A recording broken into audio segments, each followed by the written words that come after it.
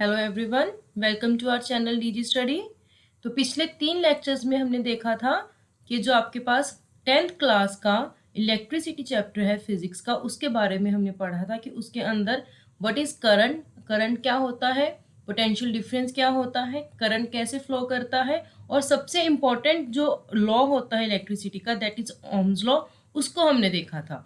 तो Ohm's law में हमने क्या देखा था कि जो आपके पास V अपॉन I का रेशियो है, that is the ratio of the potential difference between and the current flowing in the circuit is constant, और उस कांस्टेंट को हमने नाम दिया था as R, that is resistance.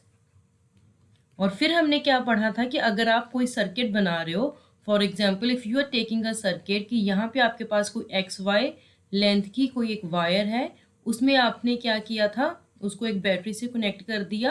Then we have said कि अगर उस बैटरी का पोटेंशियल V है और उसमें करंट I फ्लो कर रहा है, तो उसका जो V अपॉन I है that will give you the resistance of the wire. मतलब इस वायर का रेजिस्टेंस कितना है, जिसको मैं से जिगजैग से रिप्रेजेंट करते हैं, उसका रेजिस्टेंस कितना है, वो आपको यहाँ से हमें ओम्स लॉ से पता लगता था।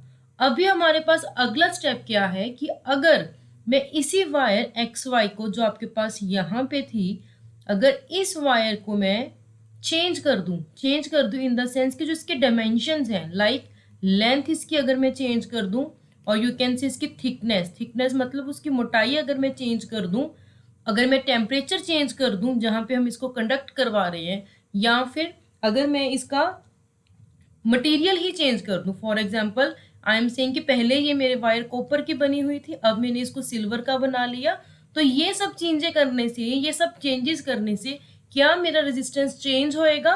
अगर होएगा तो कैसे चेंज होएगा? तो all these steps we are going to study in this topic, that is what are the factors which are affecting the resistance of conductor.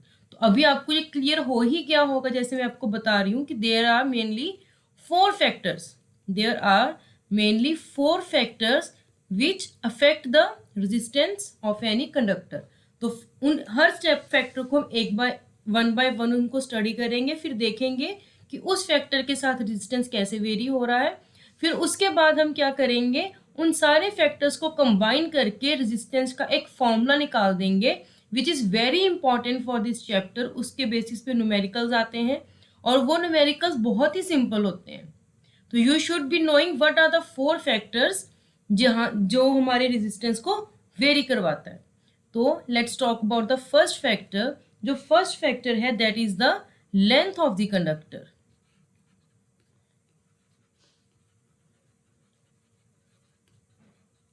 अब आपको अगर हम बोलें कि लेंथ ऑफ द कंडक्टर, इसको सुनने से ही क्या फील हो रहा है कि अगर आप यहाँ पे देखो कि आपके पास कोई एक वायर है, वो इतने, उसकी लेंथ इतनी है। अब यहाँ पे जो इसकी रेजिस्टेंस होगी वो क्या होगी, अगर हम इस वायर को रिप्लेस कर दें इस लंबी वायर से, तो what do you think the resistance, how the resistance will change? उसके बेसिस पे आते हैं। रेजिस्टेंस होता क्या है? रेजिस्टेंस इज द ऑपोजिशन, मतलब जो आपके इलेक्ट्रॉन्स फ्लो कर रहे हैं, जो करंट आपका किस वजह से होता है, current is due to the flow of electrons. मतलब इस कंडक्टर के अंदर जो इलेक्ट्रॉन्स हैं आपके, वो फ्लो कर रहे हैं, ठीक है। अब रेजिस्टेंस क्या होता है? रेजिस्टेंस इज द कि जब ये इलेक्ट्रॉन्स, बहुत सारे इलेक्ट्रॉन्स आप मूव करते हैं, तो उनमें आपस में कोलिजन्स होती हैं।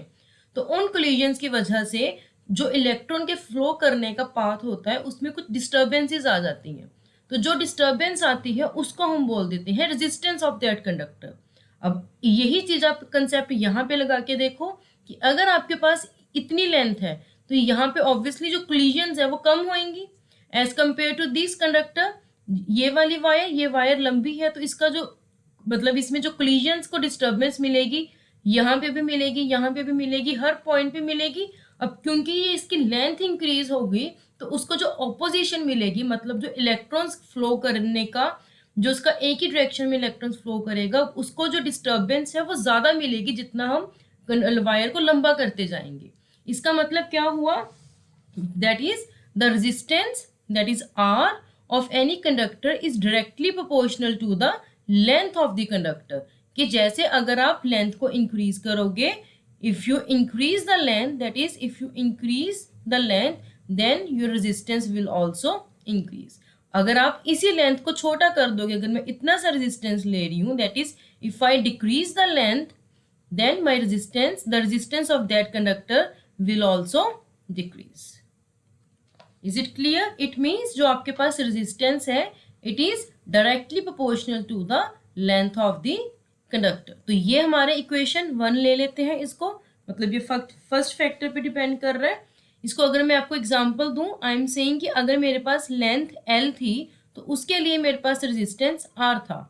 अब अगर मेरे पास उस वायर को डबल कर दिया उसकी length, that is if I have made the length has 2L, what would be the change in resistance? The resistance will also become twice, that is अब इस कंडीशन में आपके पास रेजिस्टेंस भी क्या हो जाएगी? It will become twice, that is 2R।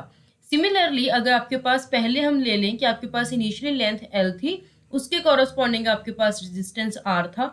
अभी मैंने L को क्या कर दिया? I have half the length of the conductor.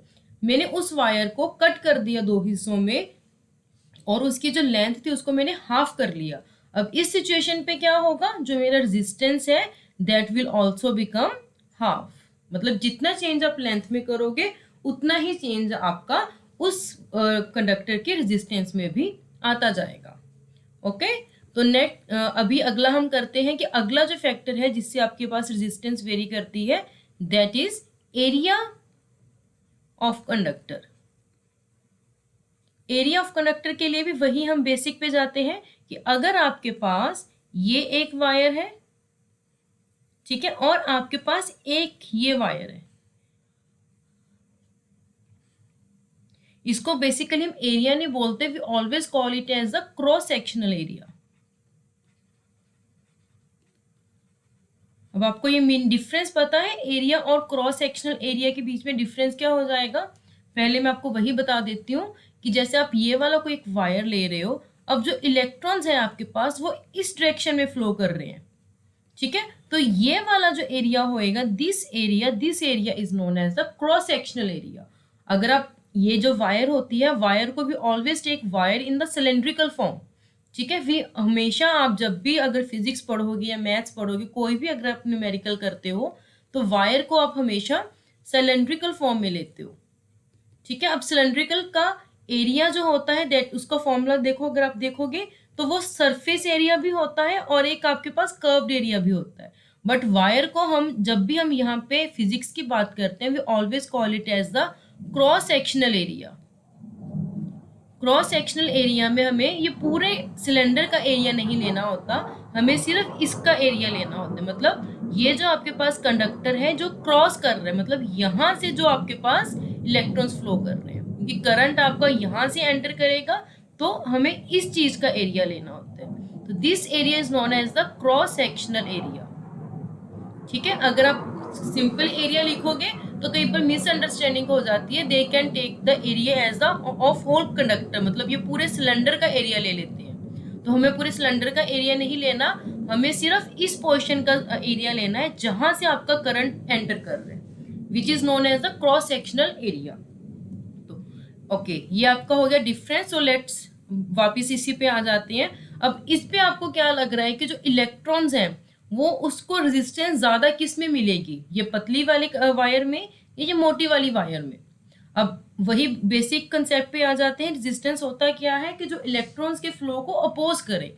अब देखो यहाँ पे क्या है, इलेक्ट्रॉन्स मतलब इनको जो पास करने की जो एरिया है वो बहुत ही कम है। तो मतलब यहाँ पे जब कोलिजन करेंगी वो इसी जो जितनी भी अगर आपको कोलिजन करवानी है वो सिर्फ इतने से एरिया पे करवानी है, मतलब वो कंजस्टेड हो गया। तो मतलब उसका जो कोलिजन्स का इफेक्ट होएगा वो इसमें ज्यादा होएगा एज कंपेयर टू यहाँ पे, क्योंकि यहाँ पे अगर आपके पास इलेक्ट्रॉन है देखो, तो यहाँ पे जो उसका कोलिजन्स का इफेक्ट होएगा वो कम होएगा। इसको अगर आपको और अच्छे से समझना है, take example of a room. एक कमरा है, एक कमरे के अंदर आप 10 लोगों को बिठा दोगे, तो जब 10 लोग एक कमरे के अंदर मूव कर रहे हैं तो वो उनका जो मूवमेंट होएगा उसमें जो ऑब्स्ट्रक्शन आएंगी, एक दूसरे के बीच में बजेंगे, बट उनका जो मोशन होएगा अगर हम 20 लोगों के साथ कंपेयर करें कि अगर उसी रूम में हम 20 लोगों को कर रहे हैं तो वहां पे कोलिजन्स क्या होंगी, ठीक है। रूम अब हमने देखो सेम रखा, ठीक है, रूम सेम रखने पे बट हमने क्या किया, नंबर ऑफ इलेक्ट्रॉन्स हमने बढ़ा दिए। तो आपको यहाँ पे क्या करना है, you have to increase the area. मतलब पहले आपके पास एक रूम था, एक रूम में 10 लोग मूव कर रहे थे, और तो ऑब्वियसली वहां पे डिस्टर्बेंस आएगी। बट अब आपने एरिया इंक्रीज कर दिया। एरिया इंक्रीज करने का मतलब अब आपने जो आपके पास पहले एक कमरा था, अब आपने उसको 2 कमरे कर दिए। 2 कमरों को मिला के जो आपके पास एरिया आएगा, अब उस एरिया पे आपको वही 10 लोगों को मूव करवाना है। तो ऑब्वियसली वहां पे वो उनकी जो बीच वो कोलिजन होएगी, वो 10 लोगों के बीच में, वो वहां पे कम होएगी। इट मीन्स जो आपके पास रेजिस्टेंस है that is inversely proportional to the area. कि अगर आप एक कमरा ले रहे हो तो उसमें ऑपोजिशन ज्यादा होएगी, अगर आप 2 कमरे ले रहे हो तो उसमें जो आपके पास ऑपोजिशन है वो कम होएगी। तो इट मीन्स जो आपके पास ये वाला कंडक्टर है जिसकी एरिया ज्यादा है, उसमें रेजिस्टेंस कम होएगी, और जिसमें अगर एरिया कम है तो रेजिस्टेंस ज्यादा होएगी। इट मीन्स कि अगर मैं एरिया को इंक्रीज कर रही हूं तो देन माय रेजिस्टेंस डिक्रीजेस। ठीक है, अगर मैं एरिया को डिक्रीज कर रही हूं तो it means my resistance increases. Okay, so यहां से हमारे पास क्या आया relation, that is area is inversely proportional to the resistance of the conductor. अब हमारे पास बात आती है कि ये एरिया है तो ये किस किस पे डिपेंड करेगा। एरिया का फॉर्मूला क्या होता है, ये आपको यहाँ पे देख रहे हो कि सर्कल है ये। ठीक है, तो सर्कल का एरिया क्या होता है हमारे पास, तो एरिया का फॉर्मूला क्या आएगा, it would be pi r square, that is resistance is inversely proportional to pi r square, where r, अगर आप ये कंडक्टर ले रहे हो तो उसमें आर क्या होएगी, दिस रेडियस। ठीक है, अगर हम यूजुअली प्रैक्टिकल बातें करें तो प्रैक्टिकली कभी भी, क्योंकि वायर देखो पहले ही इतनी पतली होती है, अगर हम उसकी रेडियस की बात करेंगे तो वो हमारे लिए बहुत ही एक तरह से मुश्किल हो जाएगा रेडियस के टर्म में बात करना। तो जो हम आपके पास क्वेश्चंस आते हैं, जो मतलब प्रैक्टिकली अगर हम बात करते हैं, we always say thickness. Thickness मतलब थिकनेस क्या हो जाएगा, मोटापा। मतलब जो आपके पास ये वायर है इसका पूरा विड्थ कितना है, दैट इज दिस। तो ये आपके पास क्या आ जाएगा, दैट इज द डायमीटर। तो थिकनेस क्या होता है, डायमीटर ऑफ द वायर। तो जो भी आपके पास क्वेश्चंस आते हैं, कि अगर आप क्वेश्चन मैं आपको बता देती हूँ वो भी कैसे आएंगे, it is a diameter of wire. They will say कि आपके पास कोई एक वायर थी जिसकी थिकनेस पहले डी थी और उसकी रेजिस्टेंस आपके पास कॉरस्पॉन्डिंग आर थी। Now you have change the thickness to half. मतलब अगर आपके पास पहले ये कंडक्टर था जिसकी थिकनेस आपके पास डी थी, अब आपने क्या किया, इसको थिकनेस को हाफ कर दिया। मतलब ये जो आपके पास विड्थ है दैट इज हाफ। तो यहाँ पे जो आपने किया तो वहां पे आपके पास रेजिस्टेंस जो है वो कितना आएगा। तो आपको क्या करना होता है, हमें पता है आर और डी का रिलेशन क्या है, आर इज डी अपॉन 2। तो इस इक्वेशन में हम यहाँ इसको डाल देते हैं तो आपके पास थिकनेस एंड रेजिस्टेंस का रिलेशन आ जाएगा। तो it will be R is equal to 1 upon pi D upon 2 का होल स्क्वायर। तो ये क्या आ जाएगा, 4 आएगा, 2 का स्क्वायर, वो 4 ऊपर चला जाएगा, तो it would B 4 upon pi D square. ठीक है, तो अगर आप ये पूरा कांस्टेंट में आ जाएगा तो we can write is K R जो है क्या होता है, थिकनेस और you can say radius of the wire, दोनों के क्या होता है, it is inversely proportional to the square of the thickness और you can say the square of the radius of the wire.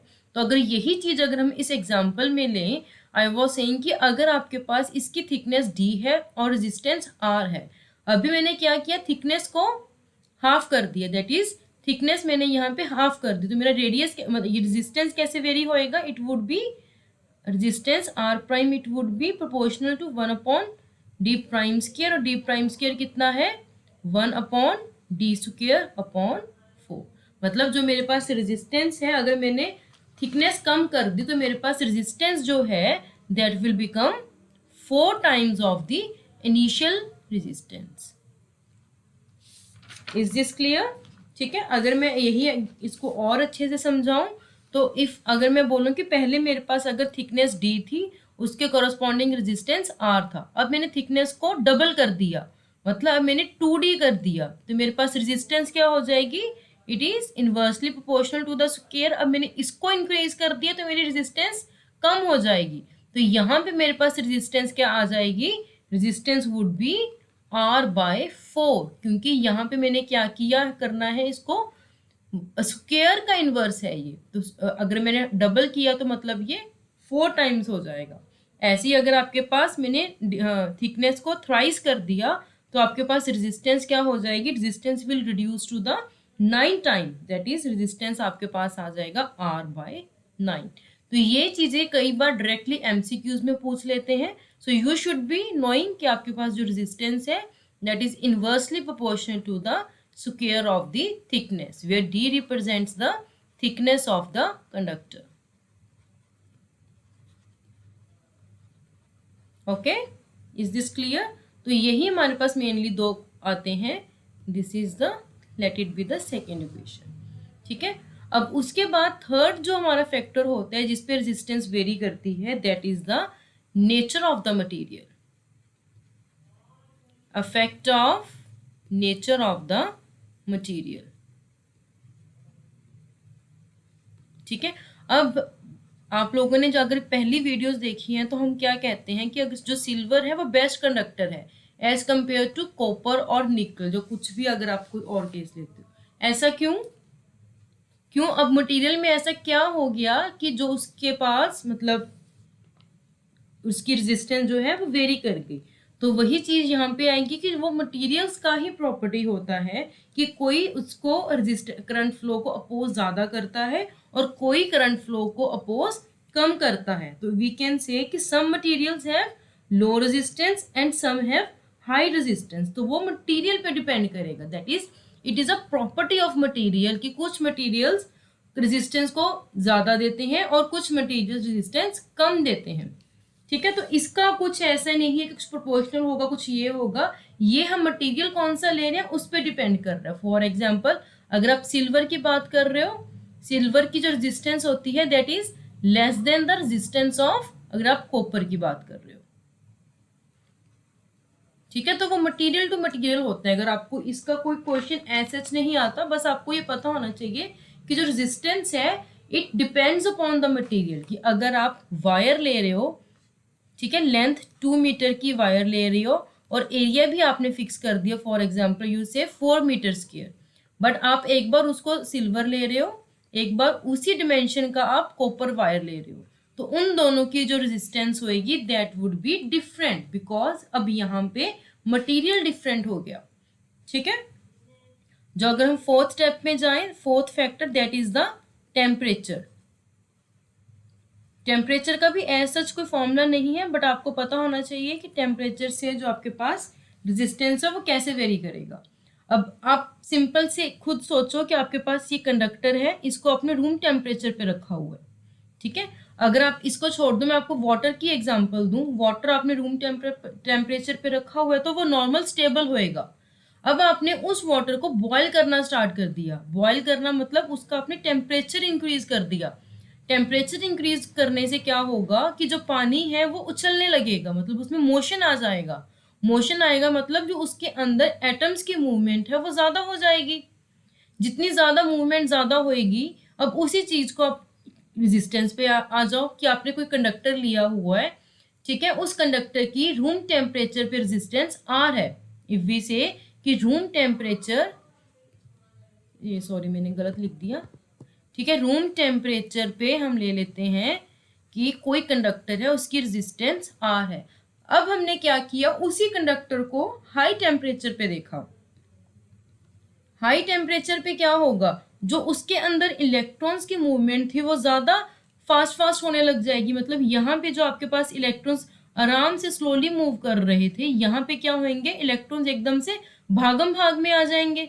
जितनी ज्यादा इसमें भागम भाग आएंगी उसमें क्या होगा, टेम्परेचर इंक्रीज कर दिया, भागम भाग ज्यादा होने से क्या होएगा, जो वो कोलिजन कर रहे थे वो ज्यादा आपस में बचेंगे। जितना वो ज्यादा कोलाइड करेंगे उतनी ज्यादा उसमें रेजिस्टिविटी आ जाएगी। पहले यहाँ पे देखो इलेक्ट्रॉन स्लोली आराम से मूव कर रहे थे, भाई तो अपने रास्ते जा, दूसरा इलेक्ट्रॉन कहता मैं अपने रास्ते जा रहा हूँ तो अपने रास्ते जा, ठीक है, तो उनमें कोलिजन्स बहुत ही कम हो रही थी। बट जैसे आपने टेम्परेचर इंक्रीज कर दिया, सब में हड़बड़ी मच गई, तो सब क्या कर रहे थे, जाना उनको दूसरी डायरेक्शन पे था, तो ज्यादा उनमें अगर मतलब टेम्परेचर करोगे, ज्यादा उनमें एनर्जी आ जाएगी, तो सारे आपस में कोलाइड होते होते उस डायरेक्शन में जाएंगे। तो यहाँ पे क्या होएगा, जो ऑपोजिशन होएगा इलेक्ट्रॉन्स के फ्लो को, वो ज्यादा मिल जाएगा। It means at room temperature अगर रेजिस्टेंस आर है और हाई टेम्परेचर पे अगर रेजिस्टेंस आर प्राइम है, then R prime would be greater than R. That is, temperature, or you can say the resistance is directly proportional to temperature. कि जैसे अगर आप टेम्परेचर को इंक्रीज करोगे, your resistance will also increase.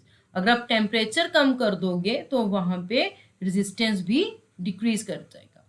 ठीक है, all these जो आपके पास फैक्टर्स हैं, mainly length, area and temperature, वो किस पे डिपेंड कर रहे हैं, मोशन ऑफ द इलेक्ट्रॉन्स पे।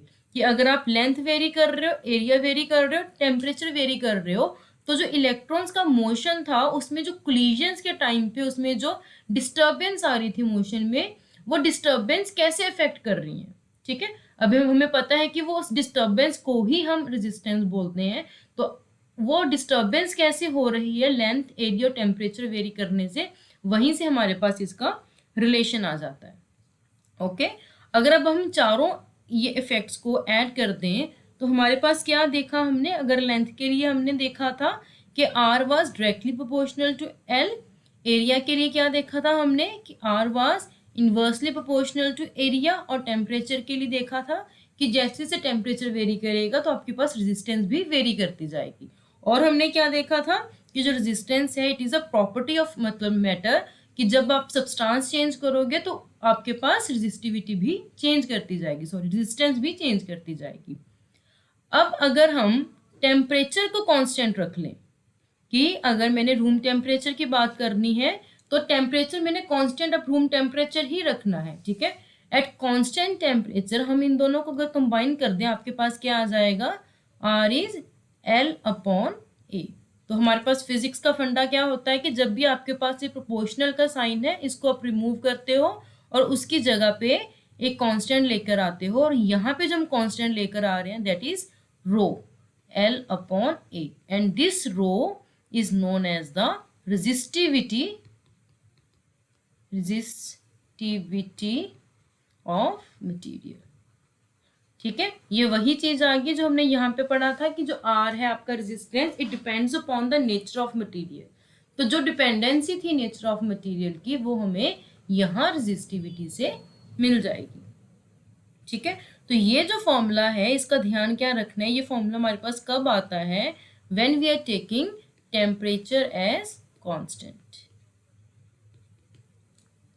ठीक है, अब बहुत सारे साइंटिस्ट ने एक्सपेरिमेंट्स कर लिए, तो उन्होंने क्या किया, ये रेजिस्टिविटीज की जो वैल्यू है अब ये मटेरियल पे डिपेंड करेगी। फॉर एग्जांपल अगर मैं सिलिकॉन ले रही हूँ, जर्मेनियम ले रही हूँ, कॉपर ले रही हूँ, सिल्वर ले रही हूँ, गोल्ड ले रही हूँ, तो उनकी रेजिस्टिविटी उन्होंने इतने सारे एक्सपेरिमेंट से कैलकुलेट करके इनको फिक्स कर दिया। तो आपके पास अगर बुक्स में देखोगे तो आपके पास पूरा एक टेबल बना होता है कि सिलिकॉन की रेजिस्टिविटी इतनी है, जर्मेनियम की इतनी है, इसकी इतनी है।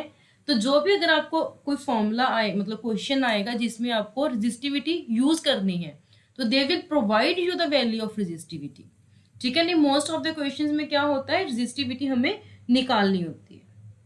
ठीक है, तो रेजिस्टिविटी क्या है, वो मटेरियल की ही प्रॉपर्टी है जो कि कांस्टेंट है।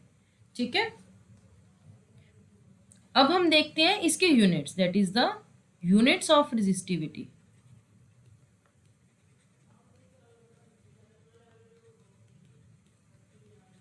ठीक है, अगर हम यूनिट्स ऑफ रेजिस्टिविटी की बात करें तो यहीं से हम इसको कर लेते हैं। तो इस इक्वेशन से आपके पास रो क्या आ जाएगा, rho would be R into a upon L. तो यहाँ पे अगर हम सबके SI यूनिट्स लिख लें, इफ वी से talk about the SI unit, सबके SI यूनिट्स क्या बन जाएंगे, रो के हमें नहीं पता, रो के हम रो ही लिख लेते हैं। R के क्या होते हैं, it is ohm which is represented by omega. Area के क्या होते हैं, it is would be metre square. Length के क्या होंगे, मीटर। तो ये मीटर से मीटर स्क्वायर का एक कट गया and we will be left with omega into metre. It means SI unit for the resistivity, SI unit of resistivity, it is ohm metre. ठीक है, तो कई बार क्वेश्चन में क्या घुमा होता है, मतलब क्वेश्चंस में ट्रिक्स क्या करते हैं, दे प्रोवाइड यू, यहाँ पे आपके पास वो दे देते हैं आपको ये ओम सेंटीमीटर में, तो उसमें आपको कन्वर्ट करना होता है इसको ओम मीटर में। क्यों? क्योंकि जो हमने रेजिस्टेंस अगर निकालनी है तो वो सारे एसआई में रख के निकालने होते, तो वहां से हमें उस चीज का ध्यान रखना पड़ता है। Is it okay? ये सबको आई थिंक अब क्लियर हो चुका होगा। ठीक है, अब इसमें थोड़ा सा एक एप्लीकेशन आता है डिपेंडिंग अपॉन द रेजिस्टिविटी, मतलब इसका एक यूजेस आ गया, that is heating elements of electrical heating appliances. जैसे आप जो इलेक्ट्रिकल अप्लायंसेस यूज करते हो जो गर्म होके जिनको हम यूज करना होता है, फॉर एग्जांपल आपकी आयरन होगी प्रेस, जिसके साथ आप अपने कपड़े आयरन करते हो, या टोस्टर जो सैंडविच मेकर होता है, वो भी जब हीट होता है तो आपका जो ब्रेड है वो रोस्ट हो जाता है। तो हीटिंग एलिमेंट्स लाइक आयरन और toaster, they are made up of alloys. वो एलॉयज क्या होते हैं, ये आपको वैसे पता होगा, आपने केमिस्ट्री में पढ़ा होगा। एलॉयज क्या होते हैं, ये कॉम्बिनेशन ऑफ 2-3 एलिमेंट से मिलकर बनाते हैं। जो मेन एलॉयज होते हैं जो हम हमारे फिजिक्स में काम आते हैं, दे आर द 3 होते हैं मेनली। वन इज द मैग्नीन, ये किस किस को मिलकर बनाता है, it is made up of copper, manganese and निकल। ठीक है, ये आपको याद रखने होते हैं, कई बार क्वेश्चन में पूछ लेते हैं। एक जो सेकंड इंपॉर्टेंट एलॉय है दैट इज द कॉन्स्टेंटन, ये किस किस को मिलके बनी होती है, it is made up of 2 element that is copper and निकल। ठीक है, जो सबसे इंपॉर्टेंट आती है फिजिक्स में यूज करते हैं that is nichrome, nichrome, and it is made up of 4 elements, that is nickel, chromium, manganese, and the 4th one is iron। तो अब इन एलॉयज का जो रेजिस्टिविटी होता है, मतलब वो आपको ऑलरेडी नोन होता है। ठीक है, तो जो आपके पास एक और इसकी होती है कि जो कंडक्टर्स होते हैं आपके लाइक सिल्वर, कॉपर, एल्यूमिनियम, उनकी जो रेजिस्टिविटी है वो कम होती है। देखो अभी हमने हमारे पास ये रिलेशन आया था ना कि रेजिस्टिविटी अगर आप एल और ए को कांस्टेंट रखोगे तो resistance is proportional to resistivity. अब कंडक्टर्स क्या है, वो रेजिस्टेंस उसमें कम होती है तो मतलब उसमें रेजिस्टेंस की वैल्यू, रेजिस्टिविटी की वैल्यू भी कम आएगी। जो एलॉयज होते हैं आपके पास उनकी resistivity as compare to metals, मतलब as compare to your conductors, उनकी रेजिस्टिविटी ज्यादा होती है। ज्यादा होती है मतलब अगर आप इक्वल एल और ए की बात कर रहे हो तो जो रेजिस्टेंस आएगी वो एलॉयज के लिए ज्यादा आएगी एज कंपेयर टू कंडक्टर्स। अब इस चीज का कि इनकी रेजिस्टिविटी थोड़ी सी ज्यादा होती है, उस चीज को हमने अपने इलेक्ट्रिसिटी में कुछ उसकी एप्लीकेशंस होती हैं। एप्लीकेशंस क्या होती हैं कि जो भी हम अपने हीटिंग एलिमेंट यूज करते हैं that is like iron and toaster, वो हमेशा आपके एलॉयज के बने होते हैं as compare to your conductor. कभी भी आपने देखा कि जो आपके पास टोस्टर है वो सिल्वर का बना होगा? नहीं, वो हमेशा अपना एलॉयज का बना होगा, बिकॉज इनकी रेजिस्टिविटी क्या होती है, ज्यादा होती है as compare to the pure metal. अब रेजिस्टिविटी ज्यादा होगी तो इसका मतलब क्या होएगा, उनमें करंट कम आएगा।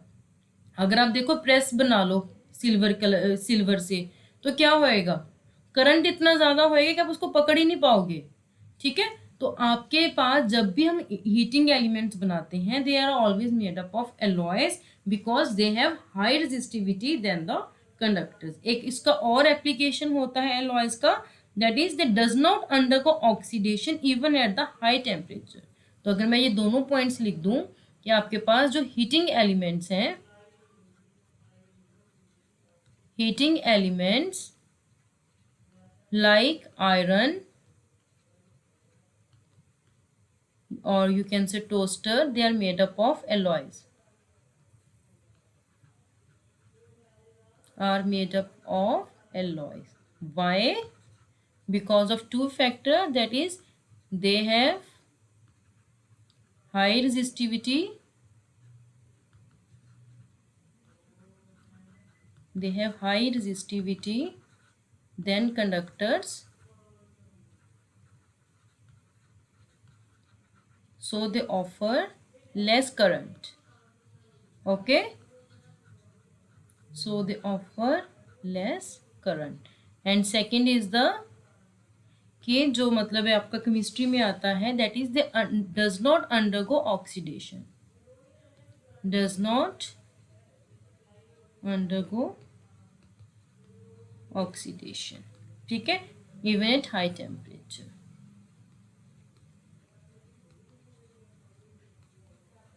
ओके, सो आई होप अब आपका ये क्लियर हो गया हो कि जो आपके पास रेजिस्टेंस है it depends upon the 4 factor, that is length, area, material and the temperature. And जब आप टेम्परेचर को कांस्टेंट रख देते हो तो जो पूरे फैक्टर्स हैं आपके, उसके लिए हमारे पास एक फॉर्मूला आ जाता है, that is resistance is equal to rho L upon A, where rho is the resistivity, L is the length and A is the area of the conductor. अब इस फॉर्मूला को यूज करके मैं आपको भी सिंपल 2 क्वेश्चंस करवाऊंगी. बाकी question जो थोड़े से ज्यादा कॉम्प्लिकेटेड है उनके मैंने एक अलग से वीडियो बनाई है, ठीक है. अभी इस चीज की प्रैक्टिस के लिए सिंपल से 2 क्वेश्चन मैं आपको करवाऊंगी, ठीक है. उसको अगर आप सॉल्व कर लोगे इट मीन जो आपके पास ये कंसेप्ट था ये अब आपके पास क्लियर हो गया. अब उसके बाद अगली वीडियो में I will tell you about the combination of resistances, ठीक है. तो अभी अगर हम क्वेश्चन करें, क्वेश्चन में क्या है गिवन कि आपके पास कोई कॉपर की वायर है जिसमें डायामीटर कितना है 0.5 millimetre. Please note the dimensions, dimensions का ध्यान रखना है क्योंकि उसके अकॉर्डिंग ही हम रेजिस्टेंस निकालेंगे, ठीक है. हमें गिवन क्या है d, that is diameter of the wire is 0.5 millimetre, और हमें गिवन है रेजिस्टिविटी, रेजिस्टिविटी मींस रो हमें गिवन है that is 1.6 into 10⁻⁻8 ohm metre. अगर आपको थोड़ी सी भी कंफ्यूजन हो न्यूमेरिकल करते टाइम कि आपको रेजिस्टेंस गिवन है या रेजिस्टिविटी गिवन है, चेक द यूनिट्स. अगर यूनिट्स में रो है इट मींस आपको रेजिस्टेंस गिवन है. अगर आपके पास यूनिट्स में रो के साथ मीटर भी है या सेंटीमीटर भी है तो इट मींस आपके पास रेजिस्टिविटी गिवन है, ठीक है. इसमें कंफ्यूज नहीं होना है आपको, सो दिस इज इंपॉर्टेंट, ठीक है. ये आपको गिवन है. And what they are asking what will be the length of the wire. हमें इन्होंने पूछा क्या है कि लेंथ कितनी होएगी वायर की इफ रेजिस्टेंस का इज 10 ओम, ठीक है. तो जो आपके पास मतलब अपने लेंथ निकालनी है तो आपके पास फॉर्मूला जो था that is rho L upon A. You have to find the length and you are given with the resistivity, resistance and area. Area कैसे गिवन है वी नो, आपके पास ये डायमीटर गिवन है तो डायमीटर से हम एरिया निकाल सकते हैं. उस एरिया को यहाँ पे डाल दोगे तो आपके पास रेजिस्टेंस आ जाएगा. तो आपके पास L की वैल्यू क्या आएगी, it would B area into resistance divided by resistivity. अगर आप सारी वैल्यूज डाल दोगे तो आपके पास क्या आएगा, you will get pi. Area का फॉर्मूला क्या होता है in terms of diameter, area is pi R square और you can say pi diameter का हाफ इंटू आर स्क्वेयर. तो जब इसको करोगे तो डायमीटर कितना है आपका 0.5 इंटू 0.5 डिवाइडेड बाई 2. यूनिट्स किस में है मिलीमीटर में, तो मिलीमीटर को अगर मीटर में चेंज करूंगी तो -3 एक के लिए और -3 दूसरे के लिए. दूसरे का मतलब ये d स्क्वायर है तो -3 2 बार आएगा, ठीक है. एरिया हो गया. रेजिस्टेंस कितना गिवन है हमें 10 और उसके बाद रेजिस्टिविटी कितनी गिवन है हमें 1.6 इंटू 10⁻⁻18 ओम मीटर. अब देखो हमने इसको मीटर में चेंज कर लिया, ये ऑलरेडी ओम में है, ये भी किस में आ गया ओम मीटर में. तो इसके जो आपके पास रिजल्ट आएगा लेंथ का that would be in the metre. तो जब इसको आप सॉल्व करोगे यू विल गेट, इसको हम सॉल्व कर लेते हैं तो आपके पास -6 हो गया ये. इसको जब आप सॉल्व करोगे हम इसको ले लेते हैं एज पाई इंटू 5/10 इंटू 5/10. इसके डेसिमल्स हटा देते हैं 10⁻⁻6 इंटू 10 डिवाइडेड बाई 2 2 ज़ा 4 इंटू 16. इसका पावर ऊपर 10 में ले लेते हैं इंटू 10⁻⁻ ऊपर जाके +8. तो जब आप इसको सॉल्व करोगे तो ये आपके पास 10 10 यहाँ से कट जाएगा, ठीक है. तो इसको जब आप सॉल्व करोगे तो यहाँ पे -6 है, ये +2 है, तो सॉल्व करने के बाद you will get length has 122.4 metre. ठीक है, तो अभी इसका जो नेक्स्ट पार्ट है that is how much does the resistance change if the diameter is double. कहते हैं रेजिस्टेंस आपका पहले जो 10 ओम था वो कितना चेंज हो जाएगा जब हम इसका डायमीटर को डबल कर देंगे। दैट इज डायमीटर मैंने इसको डबल कर दिया, diameter is doubled, how the resistance changes. ठीक है, इसमें देखो अगर तो आप कर रहे हो एमसीक्यू तो आपको सिंपल कुछ करने की जरूरत नहीं है। अगर आप एमसीक्यू कर रहे हो तो we have to go to the short form. Short form में हम बोलेंगे कि जो रेजिस्टेंस है that is proportional to inversely proportional to square of diameter. तो अगर आप डायमीटर को डबल कर रहे हो तो मतलब आप इसको 2d का होल स्क्वायर कर रहे हो, तो इसमें आ जाएगा आपके पास r would be 1/4 d square. तो ये यहाँ पे आपके पास क्या हो जाएगा, r विल बी r/4, मतलब जो आपके पास रेजिस्टेंस आई थी वो 1/4 हो जाएगी। बट अगर आप इसको पूरा सॉल्व कर रहे हो, आपके पास शॉर्ट आंसर में आ रहा है, तो उसको हम क्या लिखेंगे कि आपके पास resistance is directly inversely proportion to square of the diameter and after changing, मतलब जो क्वेश्चन के अकॉर्डिंग है वहाँ पे उसके अकॉर्डिंग जो r प्राइम है वो भी क्या होएगा, d प्राइम के whole square, and d prime is we have double the diameter, तो आपके पास r prime क्या आ जाएगा, it would be 1/2d का whole square, that is it is 4d square, and this is equal to initial resistance, तो इसकी equal आ जाएगा resistance bye 4, मतलब आपका जो न्यू रेजिस्टेंस है that has become 1/4 of the initial resistance. ठीक है, आई होप इस न्यूमेरिकल से आपको ये वाला कंसेप्ट क्लियर हो गया हो। अगर ये वाला कंसेप्ट आपको अच्छा लगा, मतलब पूरी अच्छी तरह से समझ आए, तो प्लीज़ सब्सक्राइब आवर चैनल। अगर आपको कोई डाउट आ रहा है तो प्लीज़ उसको कमेंट बॉक्स में डाल दो, your question will be answered. ठीक है, अगर आपको कोई और इसमें न्यूमेरिकल है जिसमें आपको प्रॉब्लम आ रही है, जो कुछ और आप कहीं से पढ़ रहे हो, जो आपको इस टॉपिक को आपको मतलब नहीं समझ आ रहा, तो आप कमेंट बॉक्स में डालो, आपको हम उसको समझा देंगे। अगर आपको ये अच्छा लगा हो तो please subscribe our channel that is the DG study and watch our next video. उसमें हम क्या बताएंगे, next video will be about the combination of resistances, कि जो रेजिस्टेंसेज हैं आपके दो तरह से कंबाइन होते हैं, one is in the series and one is in the parallel, तो उसके बारे में पूरी डिटेल हम नेक्स्ट वीडियो में बात करेंगे। ठीक है, तो इस वीडियो में इतना ही। अगला करने के लिए please watch the next video. अभी के लिए थैंक यू।